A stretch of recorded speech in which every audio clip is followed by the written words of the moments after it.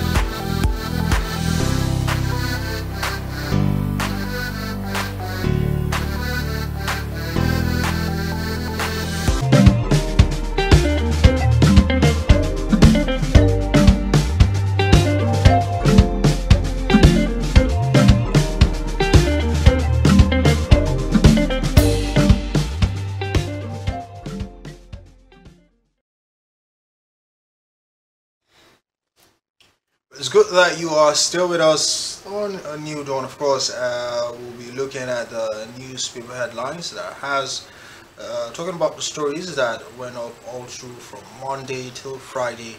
That's from the 9th day of October to 12th day of October.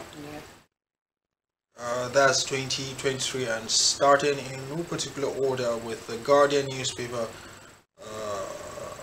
We have war in Middle East may spiral push monthly petrol subsidy to 644.8 billion naira. Much more from the Guardian newspaper. Atiku Kiamo trade wars over Tinubu's Chicago certificate. Still on the Guardian, Wema Bank rewards winners and hackaholics 4.0 with over 50 million. We also have Tinubu pledges 500,000 jobs as Jaukuta still nears completion. More of those stories from the Guardian newspaper. Of course, remember you can drop by any very close so you get a copy and get more of those stories there. And if possibly you've been following any of the stories, well, here's an update. Now moving forward, the Leadership newspaper, still for Monday, being the 9th day of October 2023. The top story there is 1,591 students 61 core members abducted in 8 years. You get that story from the Leadership newspaper, and subheading we have FRSC reduce road traffic crash death by 23.1%. Well, we'll be looking at some of those aspects also later on the course of the show. And we have Tinubu snubs Niger coup leaders overtures for direct talks. Interesting. The table has turned. Initially, before, they were the ones who said, nah, we don't want to talk to you. Nice. Before, later, they agreed after they said the second. But now, is the ECOWAS chair that is saying he wouldn't want to talk to them. Conversations right now. Now, Senate reps at war over NDDC board and management. Well, later on, we'll give you more updates on that. But as we know, it was later said that they should just take a bow, since most of them are from the house. Also, they were from the house. So they are known already. Yes. So the next paper is the Punch newspaper, still for the 9th day of October 2023, being Monday. Now, CBN investigator probes banks over 1.27 trillion naira intervention funds. Subheading there is 1.27 trillion naira anchor borrowers loans, others under disbursed in 5 banks. Undisbursed, rather. What's he doing there? Just trading forex with it. They'll come at the end of the year and see how many trillion they have made in profit. Undisbursed. And later on, another angle to look at it is later on, it's Nigerians that will be blamed. The whole thing will be like, we gave you this amount, you didn't do anything, we gave you this unknown to the fact that it hasn't just been there. Yes. More of that story from the Punch newspaper, and also special investigator to summons bank CEOs over intervention funds. Still on the CBN investigator. Now, Governor Labour begin talks over 35,000 naira wage award. That from the Punch also. 1,000 killed as Israeli-Hamas conflict rages. US deploys munitions. Jagba federal government okays contract jobs for retired doctors. They're trying to create avenues where federal government to grill and power consultants, planned 5 million jobs. Also, road crashes, deaths dropped by 1,118, says FRSC. Pension in 24 trillion naira deficit before reforms, as according to PENCOM Director General. We can get more of those stories from the Punch newspaper. Up next, we'll be looking at This Day newspaper, still for Monday, 9th October. And the top story there says Atiku, no matter new attempts to twist facts, Tinubu's INEC certificate is forgery. And we also have Better Edu talks tough, says federal government schemes under a watch will no longer be business as usual.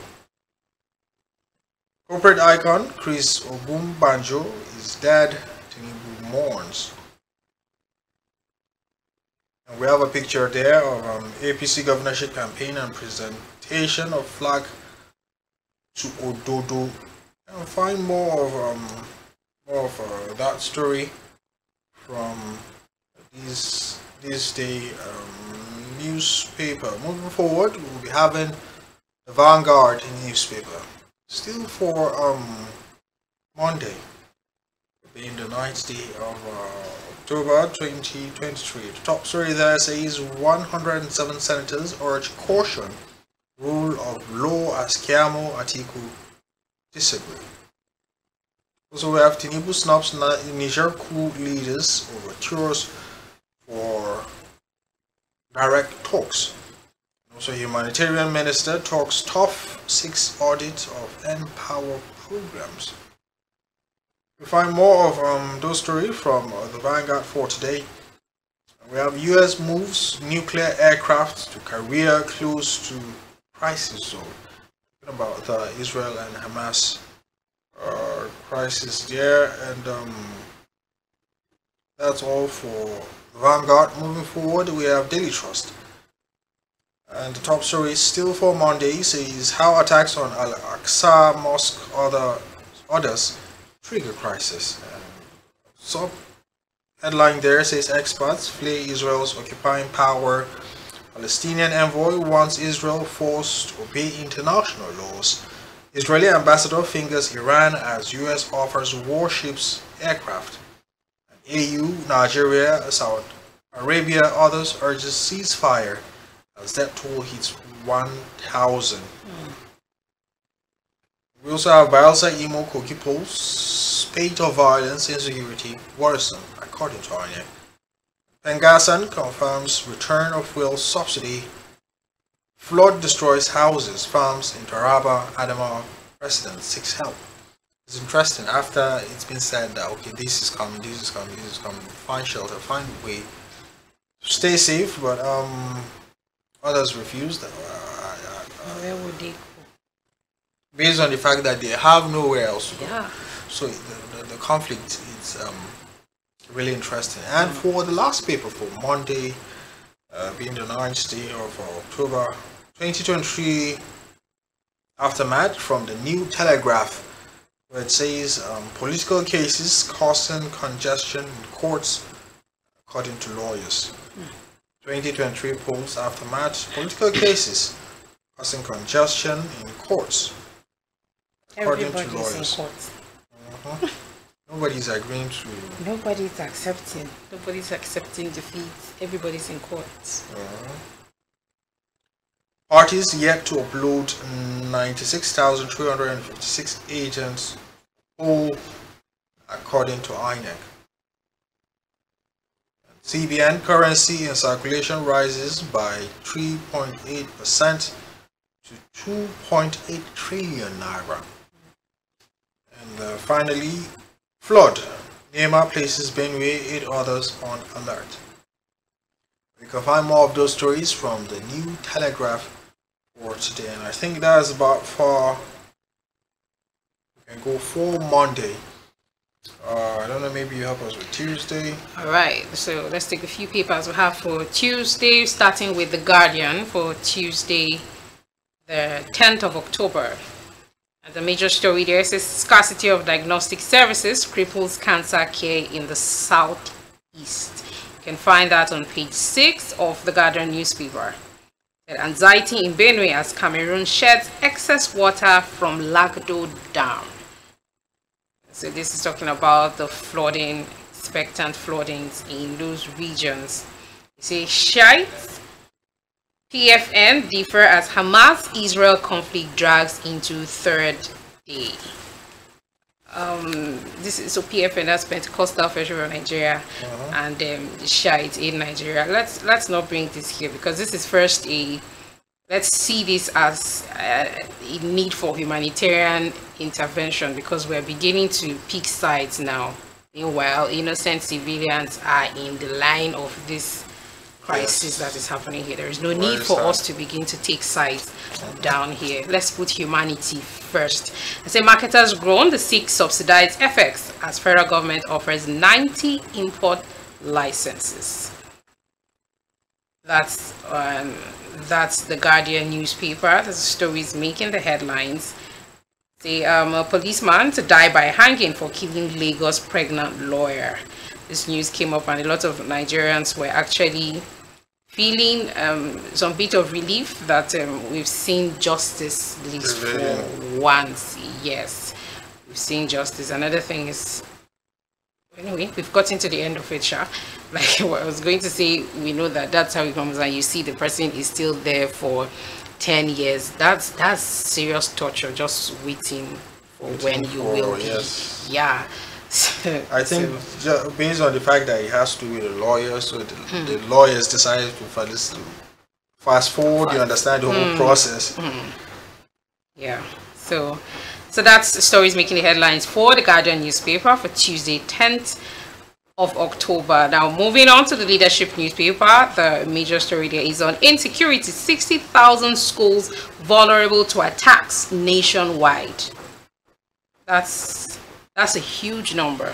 Are we talking schools in rural areas, or because 6,000? If you now have 6 schools at risk of attacks, and the people in these schools, just do the maths in your head. If the people in these schools have to stay away, so you'll find that story in the Leadership newspaper. And it said fuel subsidy has not returned. Kyari insists. This was an argument between Ipman and NNPCL in the past week. So you can find that and the leading stories in page 17 of the Leadership newspaper. The Bolanle Rahim, the killer cop, to die by hanging. What a way to die. This is just that we should begin to take caution and not let our emotions come into our line of duty. You're holding arms. Just make sure that you're in the right state of mind before you go about your job. So diphtheria, Yobe records 117 deaths and 1,796 cases. I think vaccines are beginning to roll out for diphtheria in those epicenters of the disease. Say Goan says he's alive, he's hale and hearty. There were rumors that he had passed. This is a confirmation that Goan is still alive, he is hale and hearty. He says Kano governor bars appointees from receiving palliatives. That story is on page 4 of the Leadership newspaper. And 67 bandits killed, 29 kidnapped victims rescued in Bauchi. But there was some jubilation and celebration for strides that internal security are getting in combating insecurity in this state. So that's all for the Leadership newspaper. So let's move on to the Nigerian Tribune, and the major story there says federal government is no longer paying fuel subsidy. Kyari affirms. It says subsidy payments almost bankrupted NNPC. Say Nigeria will export petrol in 2024. Let's leave it at that comment. That's the only comment we'll take. But that's what the story says. That is this statement coming from the NNPCL? Nigeria will export petrol in 2024. All right, NNPCL now sole importer of petrol. Private companies can't access forex. That's one of the issues that the Ipman guys have been complaining about. They are not in, and they came out and say subsidies are still being paid.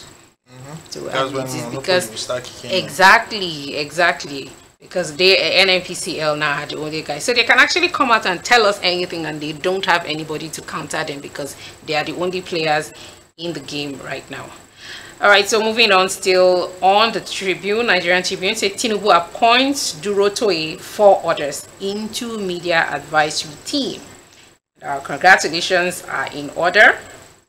1,000 media advisors can't save you, Atiku's aide tells Tinubu. Right? So he's trying to, even if you keep packing them up, if it doesn't reflect in policies and implementation, to not save you, or coming out to say the right things. I think this is in reference to the CSU records or what? Yes. Yeah. Say ophthalmologist links eating balanced diet to better eye health.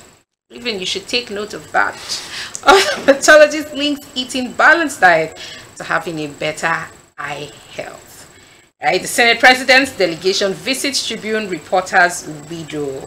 So that news is on page 8 of the Nigerian Tribune. Say Nigeria groans as cost of 12.5 kg cooking gas rises by 30%. I think that's being sold at 12,000 or thereabout right now. All right, so moving on to Daily Trust. Daily Trust for the major headline again. Say cooking gas price hits 1,200 per kg. That's a lot of that price is quite high for cooking gas 1 kg at once. So the projections were right that by December we may probably be getting to 18,000, which is going to make 1 kg at 1.8, right? Yeah, this is we're still looking at Daily Trust. We're looking at Daily Trust newspaper for Tuesday the 10th. It says Tinubu's economic policies going awry. This is from Financial Times. So you can find that, I think you can find that directly on Financial Times, and that news is also on the page 19 of the Daily Trust newspaper. Said, will Liberians elect another female president? So I think that was their election held that day, and we recall that Nigeria sent some party delegates for observation to make sure that everything goes. Let's not have another case of what's this of Gabon, where there was no, so we sent delegates there so that we ensure that democratic processes are followed. Says fuel scarcity as stations close in Lagos, Kano, and others. There is no reason for that closure and that scarcity because the NNPCL said there is petrol in the country. Security operatives kill 67 bandits, rescue 20 victims in Bauchi. So you need more stories, you go and visit Daily Trust any stand, go online and get more of the stories. So that's all for Tuesday, the 10th of October. All right, looking at Wednesday, and that was the 11th day of October, and we'll start with this day newspaper. IMF, Tinubu's policies paving way for inclusive growth. And we also have sub-heading for that is revises Nigeria's growth prospects downwards to 2.9%. Find more of that story from the This Day newspaper. We have Senate. Nigeria lost 23 trillion naira oil theft this year. 23 trillion naira. That will have just this year alone. Just this year, and the year is not over yet. That's enough to fix our refineries. Also, CJN to judges, our works shall testify for us when we are gone. More of that story from This Day newspaper. Up next, The Guardian. Still for Wednesday, October 11th, 2023, and we have federal government bids for concrete roads to spike CapEx amid 10 trillion naira owed contractors. What an amount to owe contractors. Yeah. I think he has promised, even he has promised contractors, the era of owing contractors is over. Yes. Israel-Palestinian envoys defend positions as NCPC suspends Christian pilgrimage. If the place is at war, what's the point of I don't think it's something to consider, the safety, you understand? Yeah. Of you going there and uncompromisable. yes. Now US declares Bazoum ousting coup, suspends military aid training to Niger. You'll find more of that story from the Guardian newspaper, and up next we'll be looking at leadership. And for the top headline for leadership, we have admit scarcity, liter of petrol sells for 700 naira, and 650 in Sokoto, Gombe, and others. It's climbing up gradually. Yeah. And you can't imagine what will happen by December during the yearly tide season. Now, still for leadership, low oil output forces IMF to revise Nigeria's growth. And we also have 50% of teachers in northern Nigeria not qualified. Interesting. Bayelsa governorship Silva files appeal against disqualification. The INEC disqualified him. Yeah. Liberia decides. NEC releases provisional results That was for Wednesday. Flood kills 603 Nigerians, displaces 1.3 million. What a figure there. Nigerians are dying to everything daily. Road crashes, banditry, accidents, hunger, now floods, health, everything. Nigerians will say all join. All join. Everything. And for the next paper, we have the Vanguard, still for Wednesday. And top story there says federal government halts pilgrimage as Lagos airlift 310 from Jerusalem. And, that's in reference to Israel and Hamas war. And the top story says Israel pounds Gaza despite threats to kill hostages. And we also have death toll exceeds 1,900 as oil prices surge. Conflict taking horrendous toll in children, and that's according to UNICEF. All regarding the Israel and Hamas crisis. Clark declares deplorable state of roads South. And the federal government cut number of taxes to 9. General jailed 7 years by army court martial. These are some of the things that you hardly hear. It's good that you're hearing them now. You hardly hear of a general being court martial and sent to jail and all that. Yeah. I didn't forge my certificate, and that's according to Atiku. There, and we have insecurity who will help Nigeria overcome banditry, kidnapping, Boko Haram. That is from the European Union. Well, we also have bad roads. Federal government gives contractors 14-day ultimatum. Well, you find more of that story also from the Vanguard. I think that's all for Wednesday, even the 11th day of October 2023. All right. So before we go into Thursday, let's go on this quick break. We'll be back with headlines for Thursday and Friday. Do stay with us.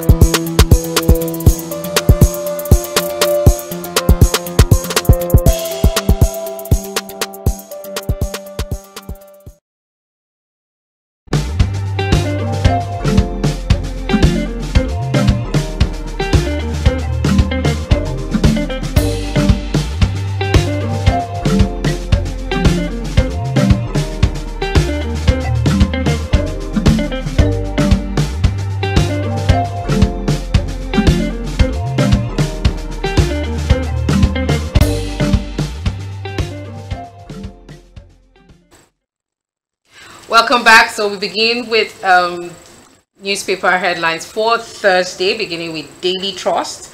And the major story there says Tinubu yet to reconvene 44 days after inaugural meeting. He's yet to convene so the stories there says council meetings important to address current challenges. So we're expecting that meeting should hold. Say, come clean on your identity crisis. Obi tells Tinubu APC warns against contempt. I guess there are no facts to that, so let's wait for the courts to do their job. Say, stop financing budgets with CBN loans.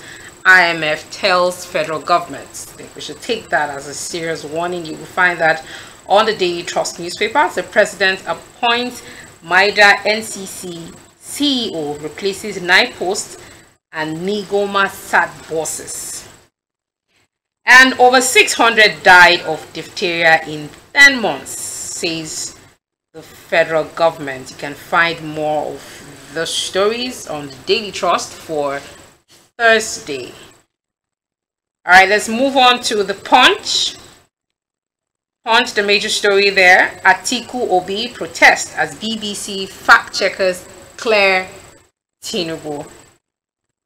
It said BBC says documents confirm President CSU diploma APC carpets Atiku and Obi. You can find that that's the lead story for the Punch. I think that's talking about the certificate forgery. So BBC has come out to say no, his certificates were not forged. So we're waiting for how that marries the testimony of the CSU.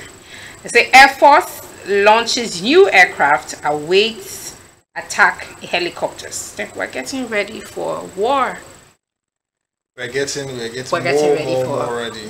ready for war. It says Ohaneze hails Igboho's release and asks Tinubu to free Kanu.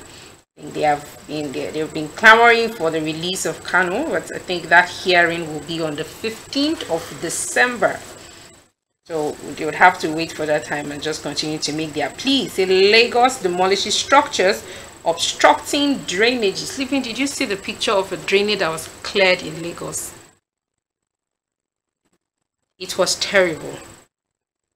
There was so much. It was terrible. The filth that came out of it. It's a little wonder. Lagos will flood. There's no ocean. It will flood because there's no other place, no other passageway for water. So it will definitely flood. So I think when we hear these kinds of demolition that results in saving of life and properties, we'll commend the efforts of the government. Say diphtheria has killed 600 in 19 states. All right, so that's it for the Punch. We'll take one more story. It says lower inflation, protect poor citizens. IMF tells Nigeria. The EFCC recovers 27 billion naira, $19 million, probes ex-governors and ex-ministers. That's coming in from the Punch newspaper for Thursday. And then let's move on to The Nation. The Nation newspaper said Nigeria leads demand for Africa's debt relief from IMF. That's the major story for The Nation newspaper. And then they had another story there says why governors can't ban mining by Alake. Let's hear what the minister has to say in The Nation newspaper. You can find that in page 9. It's a procurement fraud. EFCC recovers 27 billion naira, $19 million. You can find that on The Nation newspaper for Thursday. Say Tinubu needs to not reintroduce himself, says APC. I think this is in response to the Labour Party's presidential candidate's press address where he tells Tinubu to come and introduce himself, let Nigerians meet their president. The APC says he needs not to reintroduce himself. Yep, so you can read that story all on The Nation newspaper. So now let's move on to Daily Independence. Daily Independence says ASU opposes private universities getting FG intervention fund. Why do they need the federal government's intervention fund? Well, you can get that story on the Daily Independent. See, Tinubu's certificate saga has hurt Nigeria's image abroad. That's a fact because we've seen stories trending on social medias, unverified anyway, how Nigerians are needing to make testimonies about and get to verify their certificates. Yes. Yeah. See, Ondo CJ declines raising impeachment panel on deputy governor. That's been a controversial conversation making the news. You can find that on page 7 of the Daily Independent. As a man, that's Manufacturers Association of Nigeria, asks federal government to overtake binding constraints limiting production. think we should do everything to see that our production is in the forefront of our economic activities. So now moving on to the Guardian newspaper for Thursday still. Say FX arbitrary rules leave telecoms to big four cripple 5, 6, 8 firms. The Guardian newspaper, they are big on the numbers and statistics, so you can get that information from the Guardian newspaper. And another sub story there says EFCC recovers 41.78 billion naira from power projects, ex-AGF, allies, Ali, and others. See, they recover 41.7 billion naira. That's a huge amount of money. Hope that it will be put back into good use in the government. It says CSU certificates, Obi backs Atiku, asks Tinubu to disclose real identity. I think this brought a lot of controversy because at the beginning, Peter Obi had responded to Atiku's press release saying, I'm not on it. Yes, I have my case where the back. So there was a lot of story as to, okay, why is this conversation changing now? I feel like he was put under a lot of pressure by his media aides. Yeah, I feel you have to say something. Again, I feel they've missed the part where they were supposed to collaborate and work together. They've missed that part. Yeah. Now that they are collaborating, it has reached the final stage where it might not be too heavy or too tangible, you understand, for the court to, okay, just because now you guys are teaming up together doesn't certify the fact that, yes, that, okay, Tinubu is not the rightful winner of the election.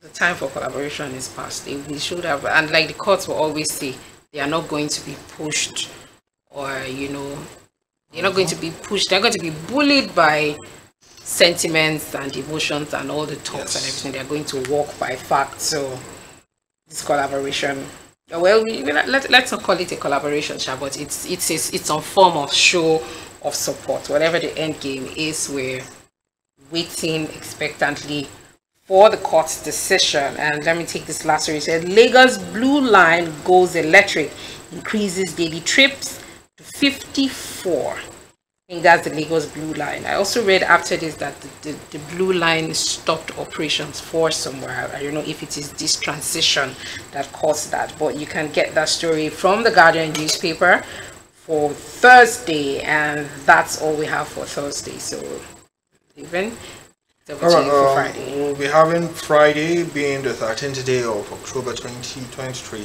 Start no particular order, Leadership Friday. And the top story says 8 years CBN opens Forex border to 43 banned items. As manufacturing sectors of our setback, we have Naira heads for wars, puts pressure on foreign reserves. There are some manufacturing companies that were short before. Now, CBN has opened Forex border to 43 banned items. Moving forward, we have Atiku appeal mere blockbuster, Tinubu tells Supreme Court.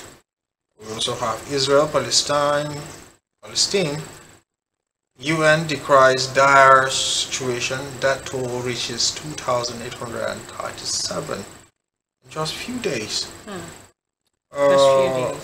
While Olukayode was appointed EFCC chairman, that's according to according to the president rather, in regards to the new EFCC boss, and Uber APC has conquered Southeast, and that is coming from Akpabio there. That and much more from the Leadership newspaper for Friday. And moving forward, the Punch newspaper, we have CBN raises dollar supply, lifts ban on cement, 42 items. Still from the Punch newspaper, and under the CBN raises dollar supply, we have 8-year Forex ban on rice, 42 other removed. CBN insists on single Forex rate. We have private sector manufacturers hail federal government. Are those plans more Forex policy reviews? The diesel-laden tanker crashes on Lagos highway, traps buses. And articles evidence from Chicago irrelevant, Tinubu tells Supreme Court. The Israeli Hamas, US, UK, India evacuate citizens that hits 2,700. Complete AAK gas pipeline to 2024. Federal government orders contractors. Well, you can find more details from those stories from the Punch newspaper for Friday. Moving forward to Guardian, we have poor funding, low patronage, rob Nigeria's sports 500 billion naira revenue yearly. And that's from the Guardian newspaper for Friday, being the 13th day of October 2023. Controversy trails appointments of lawyer Olukayode as EFCC chair. And we have federal government talks tough on sexual harassment in universities. We have CBN leaves restriction on 43 items, unveils measures to address distortion. More of those stories from the Guardian newspaper. We also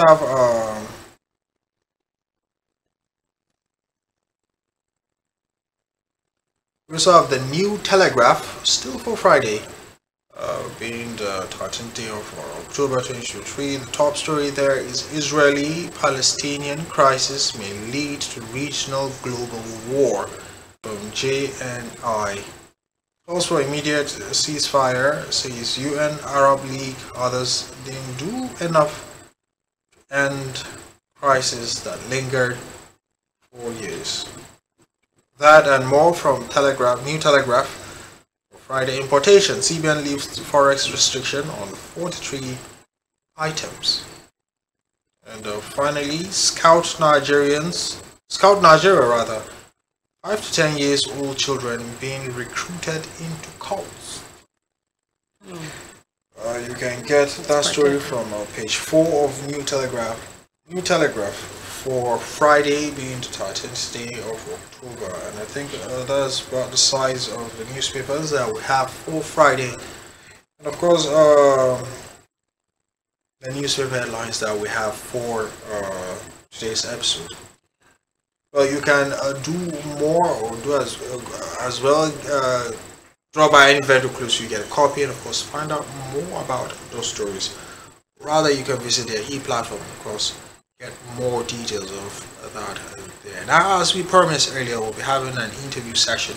Yep. We'll be having the first segment. We'll be looking at the new unit commander for Gwarimpa, who is of course here to tell us more about what they have in store and what their plans are.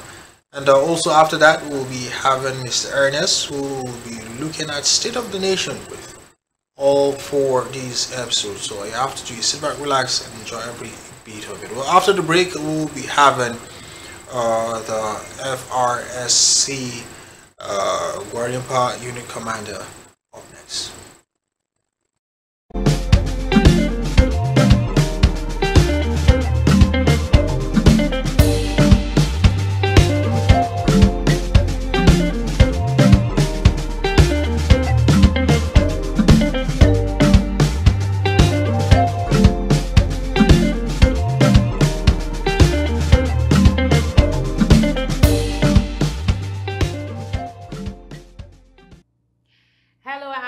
Welcome to another exciting episode of Viewer Exclusive here on Viewer Television. Today we're asking and getting answers to road safety concerns that we have, especially whilst we are approaching the Yuletide seasons. It's a lot of vehicular movement. It's a lot of excitement on the roads. How can you be safe? How can your family be safe in this period as you move about? Of course, I'll be asking a road safety expert these questions. My name is Chinonso Chekwas. Join me again after this break.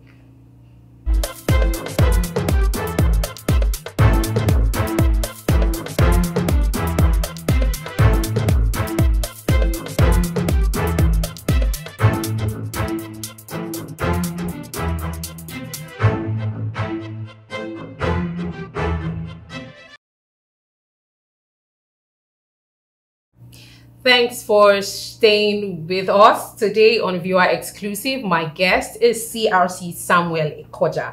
He's the Unit Commander, Gwarinpa Unit Command of the Federal Road Safety here in Abuja. And he's with me live in the studio to answer our road safety concerns that we have. You're welcome, sir, to the program. Thank you for having me. Thank you for joining me. How's work? How's work going? Work is fine. All right, thank you. Yes. So in my introduction, I introduced that you are the unit commander. I know you paid us a courtesy visit here on Viewer Television last week or thereabouts, and you made mention of how Gwarinpa now has it's no longer a post that we have in Gwarinpa. We have a command, a unit command. So can we know what is the difference? What does that mean? What is that? Well, thank you. An outpost essentially is limited in its coverage. An outpost might be created for the purpose of just controlling traffic and limited to little enforcement. But a full-fledged command has a broader scope. It has a head of operations, has admin department, have various departments under a unit command. A unit command carries out public enlightenment. A unit command goes out for rallies. We do rescue services. We are on standby 24/7 for rescue services, and we also clear obstructions. And then we have an ambulance service under us, what we call the Zebra, stationed at Cetraco. There's an ambulance with state-of-the-art gadgets and paramedics trained to carry out first aid and other services that people might need. Okay. Yes. Yeah. So it's like there's more work now for the unit right now. So it means that prior to this time, maybe residents of Gwarinpa now, as it is such a large estate, whenever there were road obstructions, would have to wait for another command, but it is closer now. So I'm concerned about the capacity of your men, seeing that Gwarinpa is such a large place. Do you have the manpower? Yes, we have enough men for our mandate. We have enough men. We have men stationed for patrol. We have men on what we call standby, for standby in case. So we have men stationed for that standby. We have men that are detailed for traffic control. So we have, like I said, there are different departments. We have people who go out every day on daily basis to carry out public enlightenment. Maybe at the parks, at various offices, and then schools. We've already started going to schools to educate children. We have what we call the youth safety education to catch them young. We have the road safety club. So the intention is to catch them young, talk to them at this age from the cradle, so that they will imbibe road safety tenets as they grow up. Do you run the clubs in the schools? Yes. And how far have you gone with this? What's the acceptance of this by the for now, owing to the fact that the command is quite new, we've written to schools. When we came on board, the schools were going into the long break, but we've kickstarted. We're talking to schools. We've gone to some schools to talk to them on the need to create these clubs in their schools. We'll train some of the teachers who will continue, who will come from time to time to check on those schools. You would go to check on the schools? Yes, and then we are also doing what we call free training. We are going around. Maybe if an organization is willing, we train their drivers and staff for free. We'll talk to them, give them safety tips. Organization, are you talking even private now? Yes, we do that. We write, if the organization is big enough, just write. We write to you, we come and do free training. Yes. Ex gratia. Ex gratia, we're not collecting. You're not collecting anything. Yes, that's part quite of our, commendable. that is part of our responsibility, educating Okay. Yes. So when you talk about you're creating awareness, Yes. in what kind of awareness do you mean that you are creating? Awareness for drivers or for pedestrian, or where is that? Where is this? Yes, the awareness is for the motoring public. Okay. Yes, like this platform you are giving us now is also creating awareness. Viewers, your audience are also getting to know some of road safety rules. The intent is to save lives. Yeah. Our mandate is to reduce road traffic crash that will cause death to the barest minimum. So that's the mandate that's been given to us. Which, so are you concerned for even for every road user, pedestrian, tricycle, even animals? Oh really? Yes. So there are road safety guidelines for animals. Yes, the road the highway code explains into rights of there are right of way for animals too. Okay. And they are crossing. There are designated points where animals can cross. Okay. When the nomads are taking their animals, there are designated points for them to cross. So I was going to be asking, because it means that these animals have to be guided by someone. Yes, so we're actually training these people exactly to know how to move with their livestock or what have you on the road. Everybody, the road safety is concerned with everybody. It's not just about people that drive. Okay. Even riding of bicycle. You understand? Yeah. There are rules, there are regulations. But we don't see road safety stop them on the road. No, why is road safety only stopping? Essentially, people don't understand. Drivers. Our purpose is not just enforcement. Okay. If we are stopping you, we've noticed something and want to enlighten you. You understand? Yeah. It's just enlightenment. Most times people fail to understand when they see road safety. What they think is that they want to arrest, want to enforce. No. At times we want to educate you. Yeah. You understand? Because when I think I made a post the last time you visited us, and I had people say, there's now a command. It means we're going to be seeing more of road safety, and it was a bit of feeling worried. I was like, you don't have to be worried. You should be happy that you're having more road safety officials on the road. And then talking about that is leading me to ask a question that apart from seeing the road safety officials on the road, are there any services that residents, I'm talking generally now, can walk into road safety? What kind of concerns do I have, apart from maybe trying to get my license, do I have that I should walk the right organization to meet is the road safety? Well, if you see a crash, you can walk in, apart from calling us. Yeah. If there is an obstruction, like yesterday, somebody came here and said a pole, one of the poles close to Champion Plaza fell and was obstructing traffic.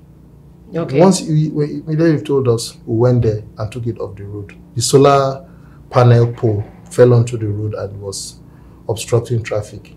So at times maybe you have complaints about deficiency with one of your product or one of the products we have, like driver's license. You can come, we'll take it up. Or you have a complaint about the way we render our service. We have the Servicom unit. Okay. Yes, service compact. So if you feel aggrieved, you can always walk in. Okay. And our door is open. As the commanding officer, our door is open 24 hours. If you have any complaint, or you might even want to come and say, I like what you people did the last time. So it means the road safety is also dependent, some form of dependency on the public. Yes, for some form of intel. Yes, are we aware that we should do that? Yes, people tend not to know. We like to get feedbacks on the service we are rendering. Okay. You understand? We need feedbacks. Is the response time when they called, if there is a crash, how is our response time? Is a feedback. We'll now work on it. How are the men behaving? Are you satisfied with the manner of approach? Okay. Because for every time the men are deployed out, the head of operations do what we call the pre-patrol brief. He talks to the men. So we like to have feedback. Okay. How did they behave towards you? Their manner of approach. So we want those feedbacks. Is what we now do reports so that we can work on ourselves on too. How to improve. Yes, improve service, because essentially the road safety is a service rendering organization. You know, you were talking earlier before we came into the studio about the awareness and enlightenment you make to even tricycle riders every day, every patrol. Tell us about that and how the acceptance is. And for those who do not know, how should they begin to respond when they see these patrol people coming around? Because most people, when they see you, they just want to start checking, do I have my papers? Do I have everything? Yeah. Yes. We, like I told you, what we call the morning cry. Okay. The morning cry is designed by the Corps for the head of operations and either his patrol team to go to parks early morning, talk to the transporters before they set out. So in Gwarimpa here, the parks are limited. We don't have enough parks. We don't have parks. We don't have, yes. So we don't have parks. We have a point at the Charlie Boy bus stop where the keke peak. Then we have also, there is another point outside the Rain Oil filling station. And we have one, is it 3rd Avenue, where the taxis. Yeah. Yes. So what we do, we designate days like the keke napep owing to the level of their education. So we need somebody who can speak the local language, who are the people that are to be spoken to. So recently the head of operations went and talked to them in Hausa. Okay. The language they can understand. You understand? We now spoke with them, and what we are focused on is attitudinal change. Try to let them know, no, we are not against your operation, but these are the do's and don'ts. Don't overload.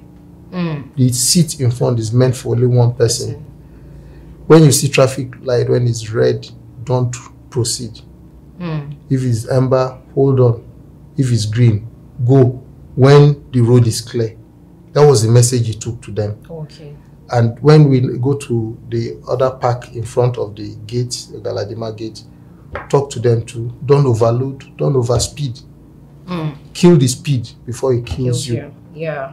And how is the response to that? Are we getting positive response? They're always very happy. They're always excited when they see us come to them.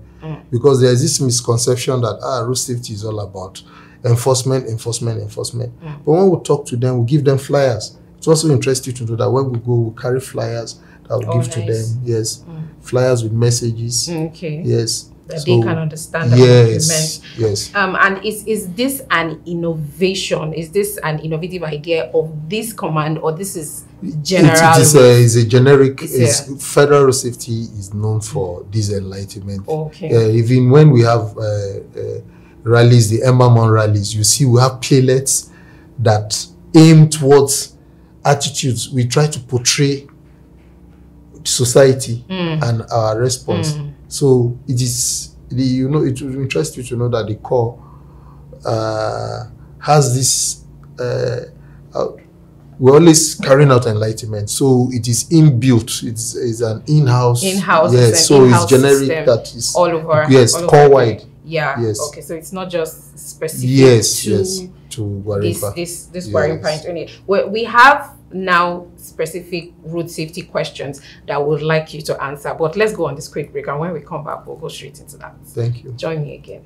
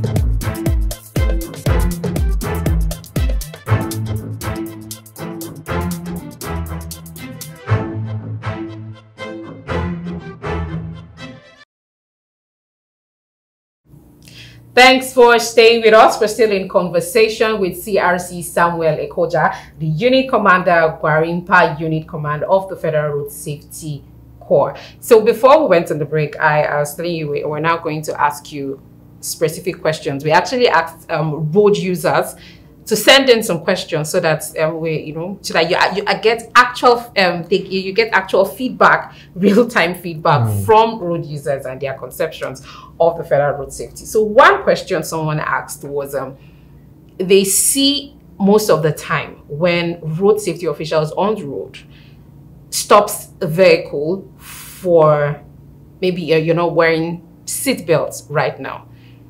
We notice that the passenger in the front seat is probably not wearing a seatbelt. The passengers at the back are not wearing seatbelt, but the driver alone is arrested or is remanded, whatever. Why isn't that same? Why isn't the same remand extended to? Because we feel like everybody's life in that car is endangered. Why is that? Why do we see that happen? Thank you for that question. You know, we don't arrest persons. We impound or confiscate your document. We don't arrest you as a person. Yeah. The purpose of what you call arrest is to deter you from committing those traffic offenses. And we expect that it behoves on you, the driver that is driving the vehicle, to tell your passengers, whomever you are driving, become your passenger, to tell them to strap on their seatbelt. So it behoves on you. So you, the driver, committed the traffic violation. So you are being booked for the violation because you are the person driving. So it's the responsibilities on you to ensure that your passengers are safe as the driver. Is that being thought? Do drivers know that they should enforce this? And that is the reason why we carry out what I call the public enlightenment. The use, especially when you talk about seatbelt violations, the seatbelt use, the Corps has been on it for, I think, since 2004, 2005. We've been educating people about seatbelt use because it's one of the leading cause of deaths. Yeah. Because people get thrown through the windshield, people get thrown around when they don't strap on the seatbelt, people get thrown against the dashboard. You understand? So this seatbelt use, like children now, once they enter into the vehicle, the first thing they tell their parents, "Daddy, mommy, strap on your seatbelt." That's why we talked about the road safety club. Because children, they'll tell their parents, "Mommy, road safety came to our school.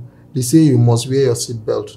Mommy, I'm not up to 12 years. Road safety say if you are not up to 12 years, I should sit at the back."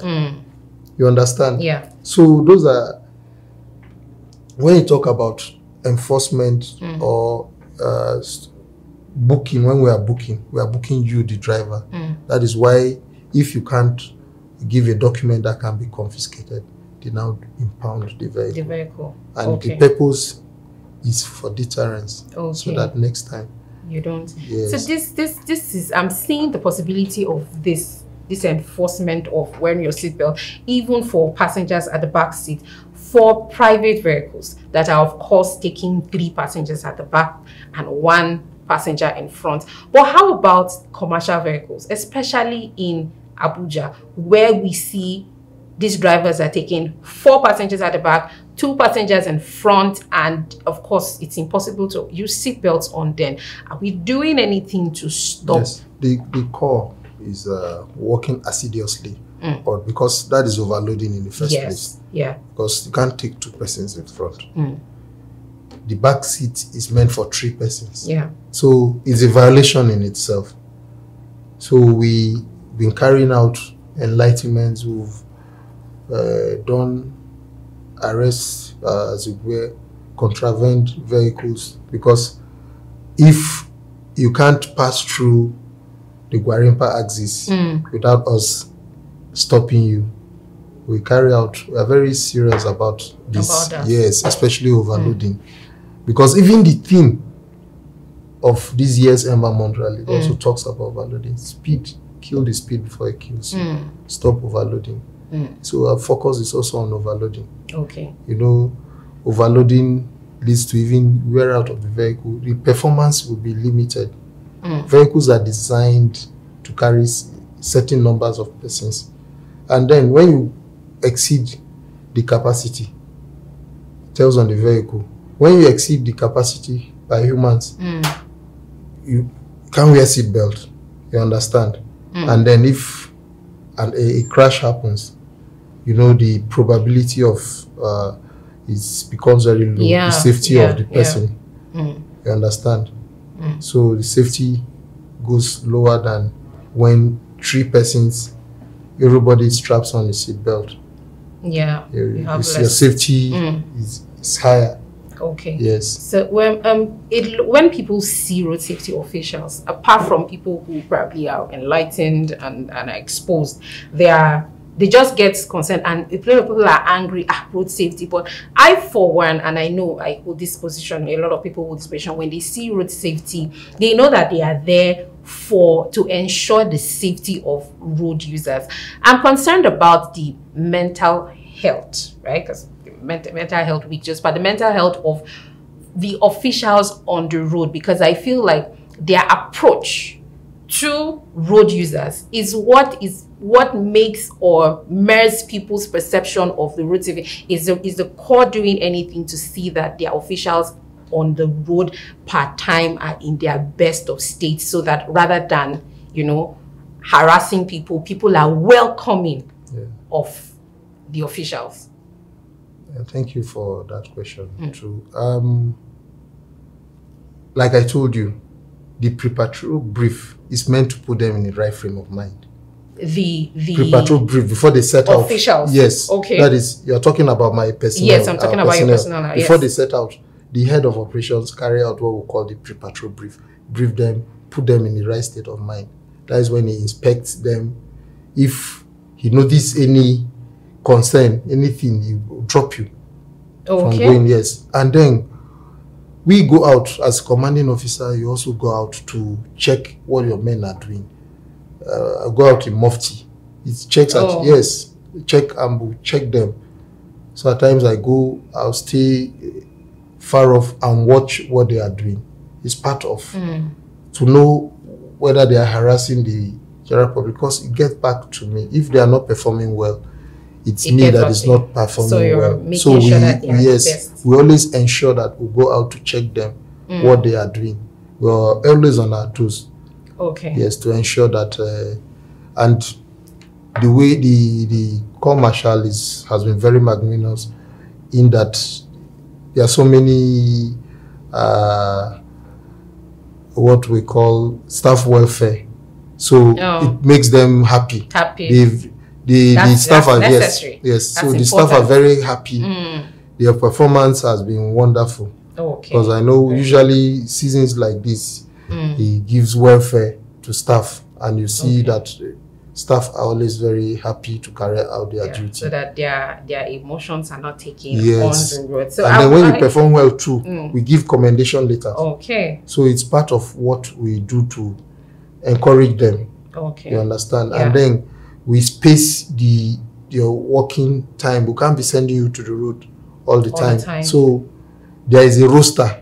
So we are aware of, you need to rest, you need to see your family, you have quality family time. So we space it in such a way that it doesn't affect you, so that you don't take your anger from home. And bring it, exactly. We're glad to know that this is in place, because it's a concern in all of this organization, especially those who interact with citizens from every walks of life. I don't know if this is within your purview to answer, but another question came in where someone is concerned about where to draw the line between the VIO officials and the road safety officials, because of course, I know it sounds like a cliche question, right? We get this all the time. What is your job description, so that we know that when VIO stop us and we'll tell them, road safety has demanded for this from me, so this is not your own? Or do you guys have the same road responsibilities? Well, we are performing our duties. We are all creation of the law. So the law specifies our duties. So we're all working to save lives and property. Essentially, we're all security agencies that are concerned with saving of lives and property. We are concerned with you getting from point A to point B safely. So I don't see why we should be concerned about. Yes, the important thing is that you get from point A to point B safely. Especially in Abuja, we are all concerned with you.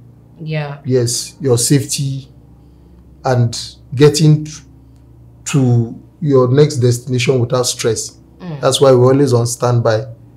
In case of obstructions, we're always there. So I think so we shouldn't feel overwhelmed that the important thing is that these officials are here to see that we're safe on the road. Exactly. That's how I look at it. We're safe on the road. So lastly, before I let you go, we know that this is, of course, the Ember Month. Can you just let us let the public in on, any plans the road safety has for road users, and just give us general guidelines that will keep us safe on the road in this period? We noticed that in the Ember Month, because it's the last 4 months of the year, persons tend to think that what they've not achieved in the other part of the year, in the first 3 quarters, they want to do it. So people are in a rush. The commercial motorists are in a rush to get money.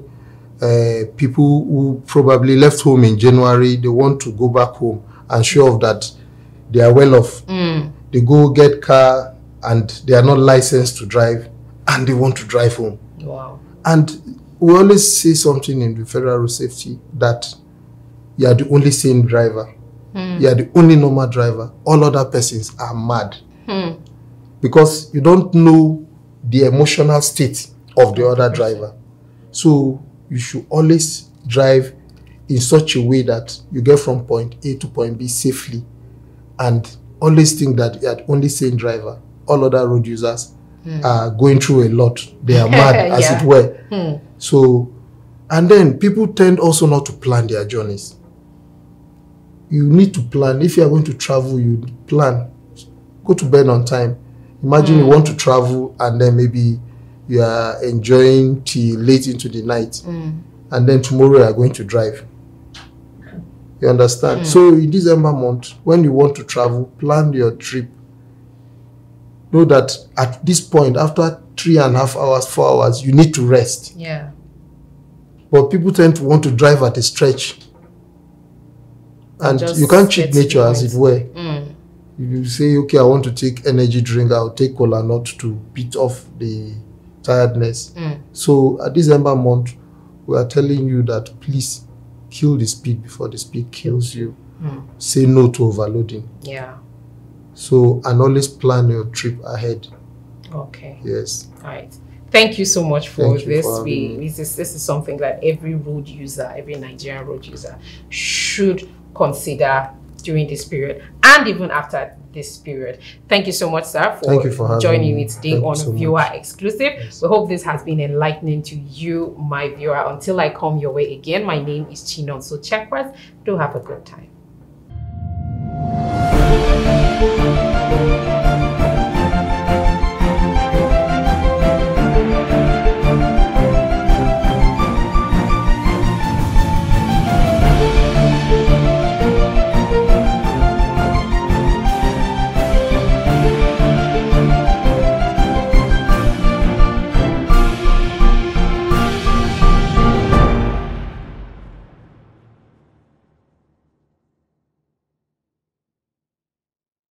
Today on the program, we're looking at state of the nation matters, and I'll be having an accountant give us an accountant's bird's eye view on matters arising in politics, governance, in finance, and all of that. So my name is Chinonso Chekwes, and you'll join me again after this break while I'll ask an expert and he'll give us answers to these questions. Join me again.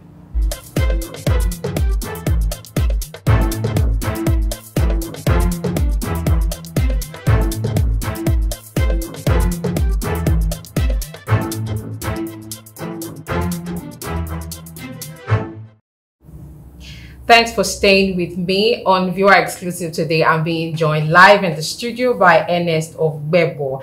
He's an accountant and a business coach, and he's here to give us answers to some concerning questions on the polity and the way the government is going with matters and issues. You're welcome to the studio this morning, sir. Thank you for honoring our invite here. So, my pleasure. Yeah.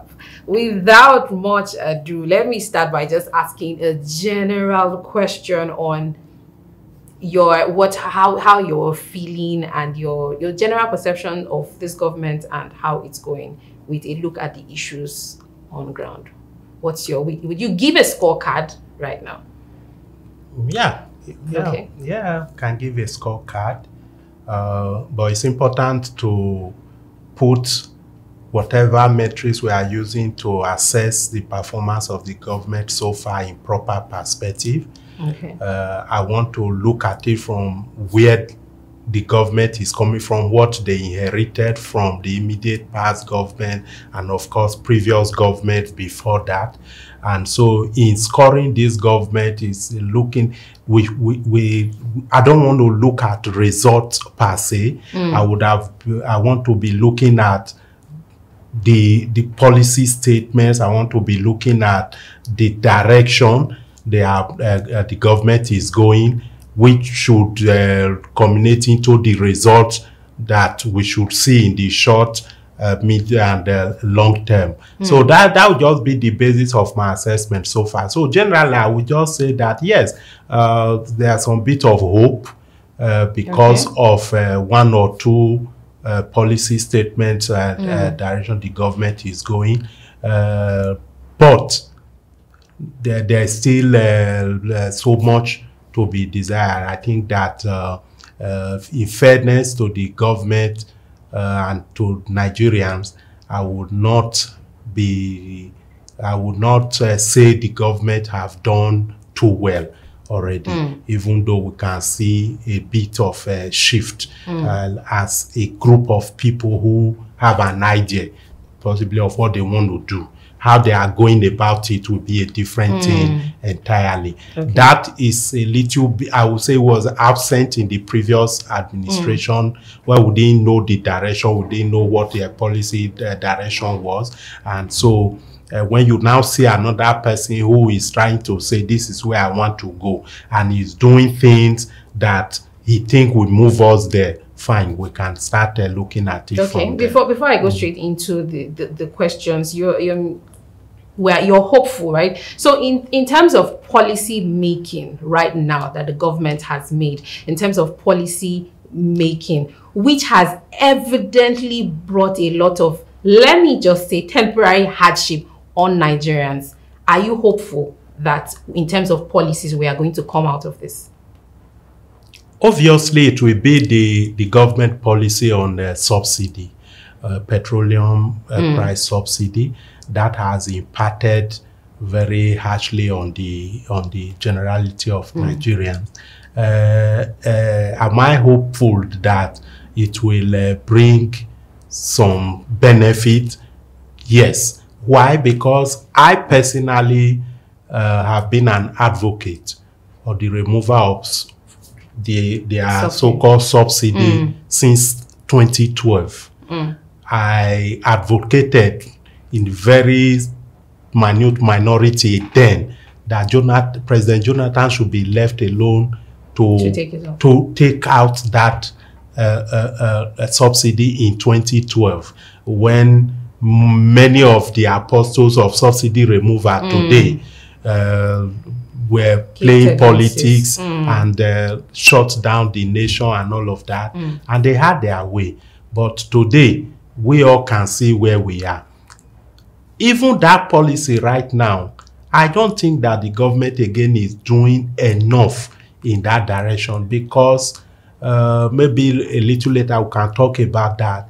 A few days ago, you've seen accusations and counter accusations. Government is still paying subsidy and stuff like that, and all that means that there's still something. There's still exactly. There's still and so you see that the most impactful policy or program that the government implemented in the last 100 days plus is even not being 100% followed. So how hopeful should we now be, seeing that there are speculations, and I personally hold those speculations that there is subsidy somewhere. So how hopeful should we be, seeing that one of these policies is not completely transparent to the public? Transparency is an issue that I actually struggle with when it comes to these government policies. What makes government officials and the government think that they should withhold so much information from the public and from everybody is what I don't understand. I find it difficult to understand. Why do you think if I let them know what is going on, they cannot handle it? And you are in the know. So you are better equipped to handle whatever is going on. The vast majority of people who are left in the dark, who don't know, they won't know what to do. What am I talking about? You say you have removed subsidy, for example, and that prices is being left in the hands of market forces. And today, I'm asking, where is the invisible hand? As far as pricing of petroleum products is concerned today in Nigeria, we can obviously now we can see the hand that is still controlling the price. So it is not you have not left it to market forces. We heard they are not even importing right now. Nobody can import except NNPC. Because even though, okay, just take another policy statement that the government also made, coming in and saying you want to close the gap between parallel market and the official exchange. So we are going to have a unified, everybody go to the same I and E window, whatever, the importer and exporters window, and source foreign exchange. And a few days later, we are hearing that NNPC gets its dollars at a certain price, different from what other people get. And you are like, so is look, I'm not getting it. Is that what is influencing the pricing of fuel that we have now? Yes, that is still why it is only NNPCL. Let me just add the L for them, because I can't say the L in anything they are doing. Is the only one who is still getting government support to bring in petroleum products. So this is some sort of indirect subsidy now on the product. If you even say it is indirect, you are being maybe diplomatic or so. Directly, I think that NNPC is still being subsidized to be able to provide fuel at this price that we are buying it now. Because if NNPC is getting dollars at a rate that is less than what any other independent marketer can get the dollar from CBN, then we are subsidizing NNPC. And the price of crude is rising in the international market. We are paying the same price that we were paying as far back as July. Then something is... it means they will keep in an increment in whatever invisible subsidy this is. And then for as long as that price, continues to go up, there will still be an... What is this going to pose any form of economic damage in the country's economy? What level of problem are we in if there is actually the subsidy? Is it going to cause, or is it causing anything? Well, yes. But what level of problem are we in? I won't say that we are in any special new problem other than where we were before. The way I will see it is that we are actually now like burning our candle from two ends. Whereas the people are saying, okay, we are ready to tighten our belt. We are ready to suffer because of this subsidy thing. Since you people have said subsidy is the one killing Nigeria, then it means that there is no benefit for all the suffering that the people, that we're going people through. are going Why don't through. we just go all out? Just There is hold. no benefit. All right. Yes, Let's hold that thought right now, Yes, and then we'll come back and continue this conversation right after the break. Do stay with us.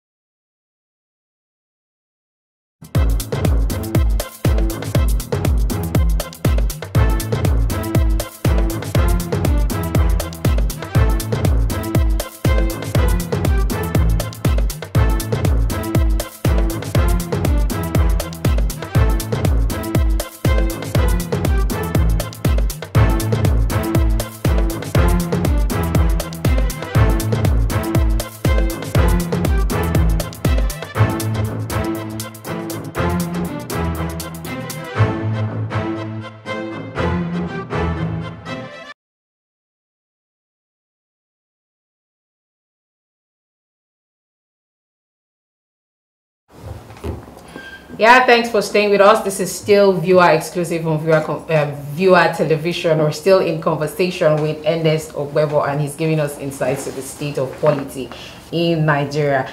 You were trying to land on a point before we went on a break about we were talking about what amount of economic damage it is in comparison to the sufferings already. Can we just get it out already? Get the subsidies totally back, or? Well, talking about the impact of the subsidy generally, you know, where it's painful, like I was saying before, is the fact that the economy, the people were going through a lot because of the subsidy that you removed. The reason why we are able to bear whatever pain we are going through now is that belief that when we have passed through this pain, at the end of the day, we are going to reap some benefit, because the government is saying things like we are saving money. This money will be available for schools, for hospitals, for roads, for this, instead of paying it as subsidy. So to suddenly realize that, wait a minute, we are still at that place where we are still paying subsidy. This same money now means that it's still coming in to subsidy. That's where I think the impact is being very negative on the people. Because when you think of what the economy is going through, it's not has gone through, because we are still going through it just because of this subsidy thing. Small businesses, even big businesses, you don't, there is nothing like planning when it comes to pricing of your inputs anymore and all of that, because price just keep changing, just keeps going up every day. So you now find and say, this offering, is it worth it? Why didn't we just continue from where we if we're still going to be in, why didn't we just continue? So what is the need for all this suffering? And like we stated, this is a clear case of transparency, because Nigerians want transparency. Just let us know, what are we doing? Do we have subsidy? Do we not have subsidy? And then talking about case of transparency now, right? And let's bring it down to politics now. And we know the Elections Petition Tribunal now, and the whole PDP and Atiku case, bringing up the President Tinubu's CSU records and all that. What's your take generally on that? With the lens on someone like Peter Obi, the candidate for the Labour Party, and his remarks on that recently? I bring it down to two things. The first is I look at our leadership recruitment process in this country, and I'm like, we are not learning. We are not looking at that. What is how do we choose who is our leader, who becomes a leader, who goes into a leadership position in this country? That whole process itself is a problem. Oh. Now, by the time people get into leadership position, by however means they get there, the major other issue is respect for the people.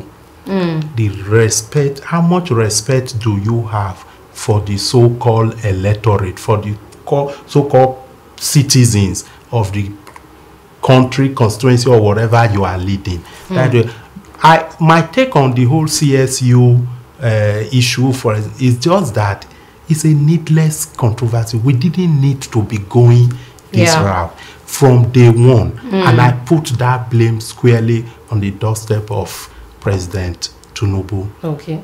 If there is nothing to hide, there is nothing. As this matter came up, you put the things in public domain.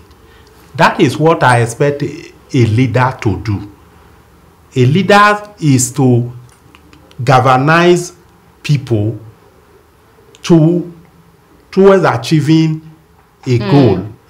And anything that is distracting the people that want to take us from that, you have the responsibility to always make sure we are facing that direction. So if this certificate thing, like they are saying, he is saying, his team is saying, there is nothing to it, what was the whole big deal about you getting a lawyer to stop the release? Yes. If anybody said he wanted to see your CSU record without even subpoena, without going to anything and all of that, you are vying for a political office such as for the president of Nigeria, and that issue comes up, you could have written to the university and say, make my record available, and it becomes public. See, if a blackmailer, the power a blackmailer has over his victim is that secrecy, that cover of whatever information, whatever they have on you. Bring it out in the sun. So if you are going to use something to blackmail me, and I make it open, the blackmailer have lost their power over you. And that is what I see here. If Atiku think he has something on you and all of that, and you know that there is nothing in it, politics is over, election is over, let me call politics is always there, election is over and all of that, bring it out, then let's see it, and everybody will say, there is nothing here. In your opinion, because this is clearly a show of grievances for how the elections came out, the judgment and all, when do you think we should be concerned about all of these credentials and all of our politicians? Should they be pre-election matters, or should it be because you're in courts and then you're trying to bring out things to, when should we be concerned about all of this? No, we should always be concerned.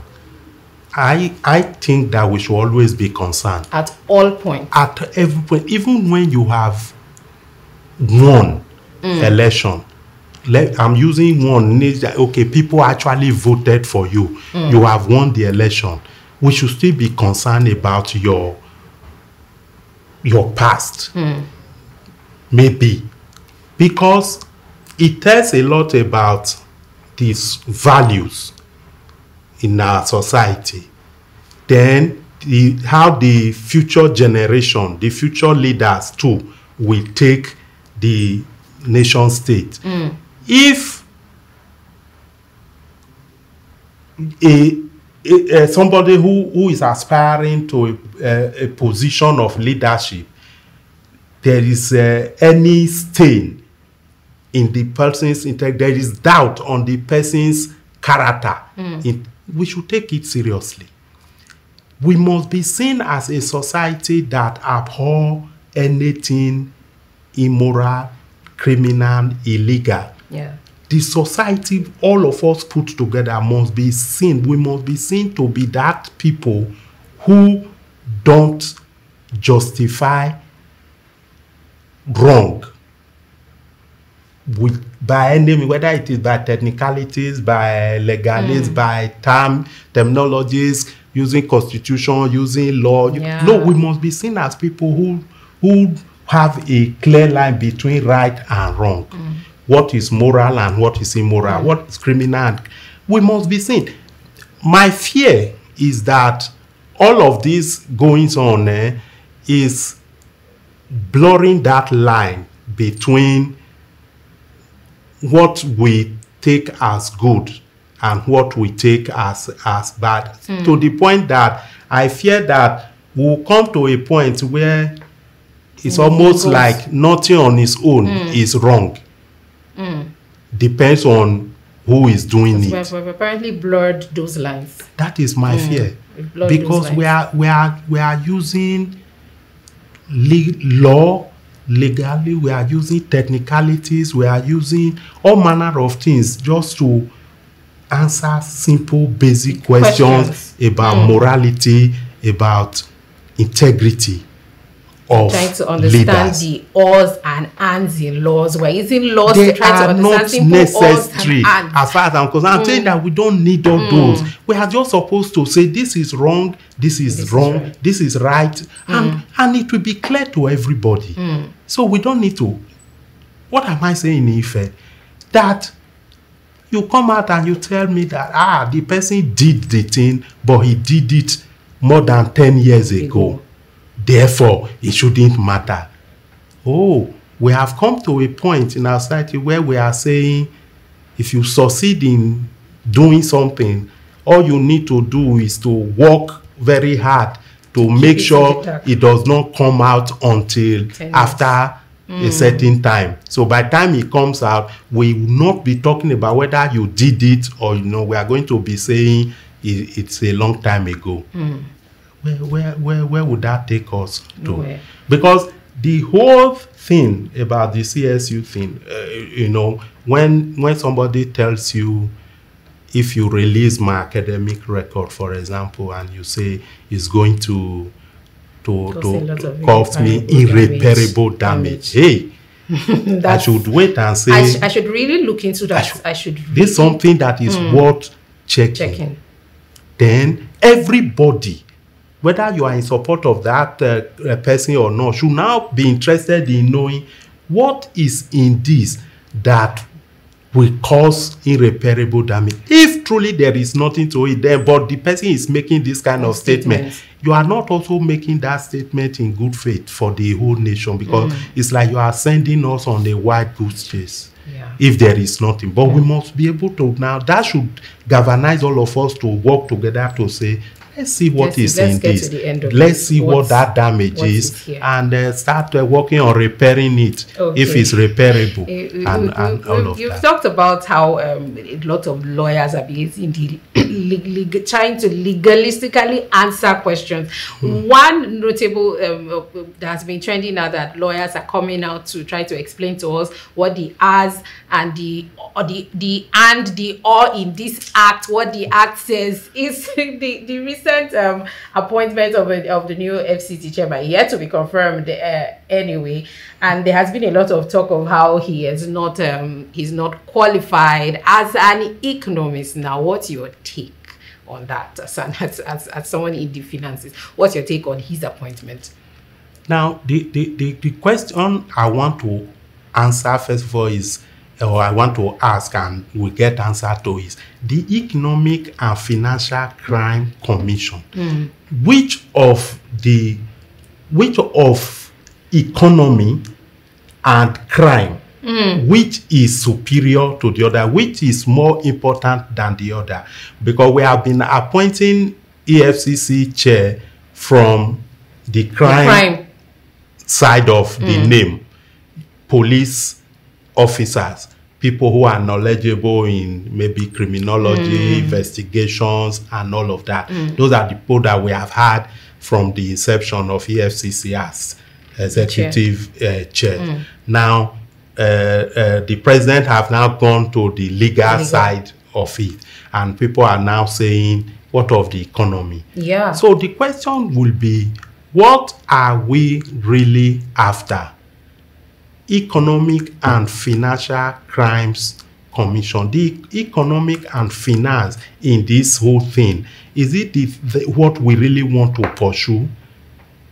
So that if you bring in somebody who is knowledgeable about the economy and the finance part, but has no knowledge of the criminal part of it, will it be a balanced leg?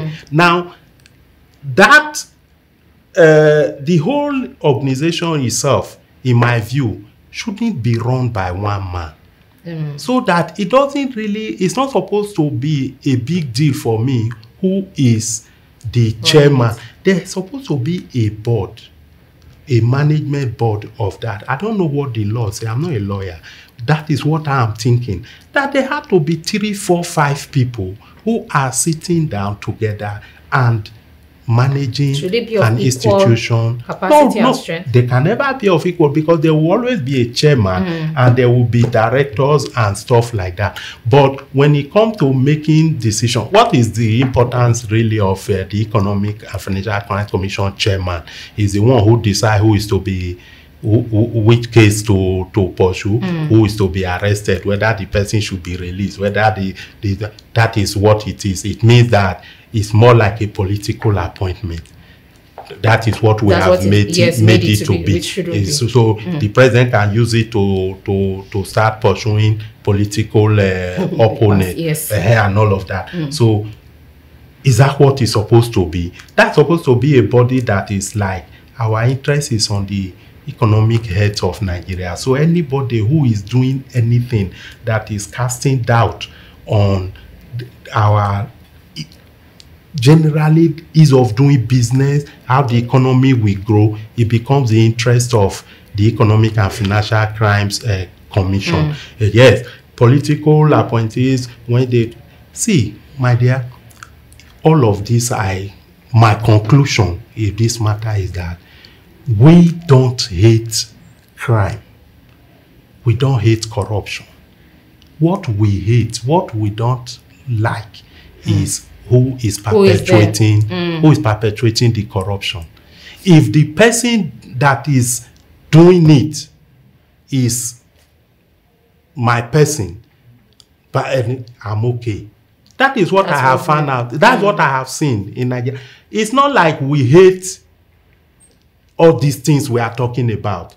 We actually hate it when somebody from outside of our maybe tribe, religious group, whatever, economic bloc, or what, when is the person who is doing it, is when we shout. When we're, yes. Otherwise, we should be looking at this thing from the angle of how it benefits the entire economy, not even our personal benefit. We're running out of time. Sorry to cut you, but let's cap this up with this question. If I got you right, whoever it is, if let's say if he is confirmed, because he's yet to be confirmed by the Senate, if and when he gets confirmed, what kind of men do you think that he should galvanize together to see that the AFCC, we get a different outlook from what has always been, where we come back to the decision of, oh, it should be this, it should be that, because of lack of efficiency in that body? What kind of men do you think he should galvanize around him? Very simple. He should get first set of people, or the first quality of the people he needs to get in will be people who love this country more than they love their personal gain or whatever. Then they must have the competence to do what they have been taken to do. So you need people who are knowledgeable about economy, about finance, law, investigation is another thing. So they have different units in this organization, I should think so. So when an issue comes up that needs the attention of the commission, everybody comes together, bringing their own expertise on the table to deal with the matter. But the common denominator, what should be common to everybody on that table, should be love for the nation.